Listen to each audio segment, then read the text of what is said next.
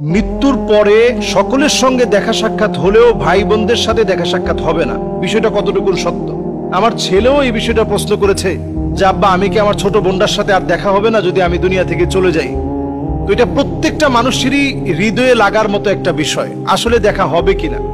এটি খুব বেশি ভাইরাল হওয়াতে এই বিষয়টা নিয়ে কথা বলা আমি দায়িত্ব বলে মনে করছি। আপনারা নিশ্চয়ই যারা দেখেছেন এই বিষয়টি, এটা একটা ভিডিওর মাধ্যমে ছড়িয়ে পড়েছে এবং অনেকেই সেই ভিডিওর সাউন্ডগুলো শুধু ধারণ করে লিপসিং এর মধ্য দিয়ে এটা আরো বেশি ছড়িয়ে দিয়েছে। আল্লাহ রাব্বুল আলামিন বলছেন, সেদিন লোকদেরকে আলহাকনা বিহিম যুররিয়াতাহুম, তাদের নিজেদের আত্মীয় স্বজনের সঙ্গে মোলাকাত করায় দেওয়া হবে। আলহাকনা বিহিম যুররিয়াতাহুম, ভাই তার বোনকে পাবে, বোন তার ভাইকে পাবে। অবস্থা দেখবে সেদিন এমন হবে যে ভাই হয়তো জান্নাতি, বোনটা হচ্ছে জাহান্নামী। দেখার পরে বলবে যে আল্লাহ, আজকে আমার বোনের গায়ে জাহান্নামের পোশাক কেন? আল্লাহ রাব্বুল আলামিন সেদিন যদি মাফ করে দেন, এটা আল্লাহ রাব্বুল আলামিনের ইচ্ছা।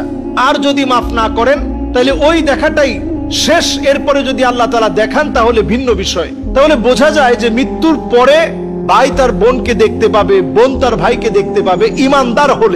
ইমানদার হলে দেখা সাক্ষাৎটা খুব স্বাভাবিক থাকবে।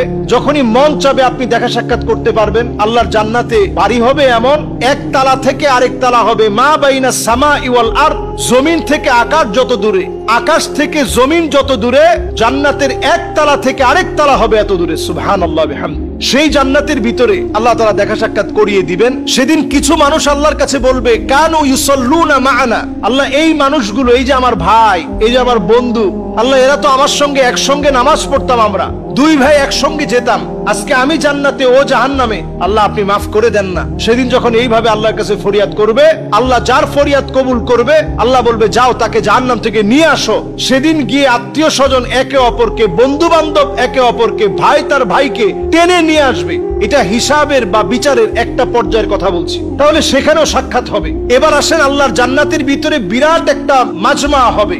সেখানে আল্লাহ রাব্বুল আলামিন বলবেন, আল্লাহ তাআলা সেদিন ডাক দিয়ে বলবেন, ওয়ামতাজুল ইয়াউমা আইয়ুহাল মুজরিমুন, অপরাধীরা আজকে পৃথক হয়ে যাও, তোমাদের সঙ্গে আজকে আর কোনো লেনদেন নাই। সরাসরি এখন কথা হবে জান্নাতীদের সঙ্গে। আল্লাহ তাআলা সেদিনও একটা মিলন মেলা ঘটাবেন।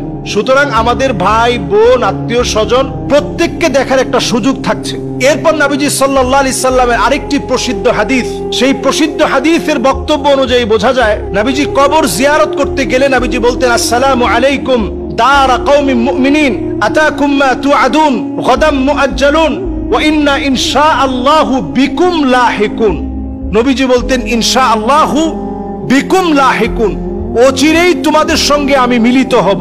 নবীজির চাচার কবরের সামনে দাঁড়িয়ে সাইয়্যিদুশ শুহাদা আমির হামজা রাদিয়াল্লাহু তাআলা আনহুর কবরের সামনে দাঁড়ায় নবীজি বলছেন, অচিরেই আপনার সঙ্গে আমার মিলিত হবে, অচিরেই আপনাকে আমি দেখব, আপনাকে আমি পাবো। তার মানে বোঝা যায় আত্মীয় স্বজনের সঙ্গে একটা দেখা সাক্ষাৎ হবে, একটা মিলন মেলা হবে।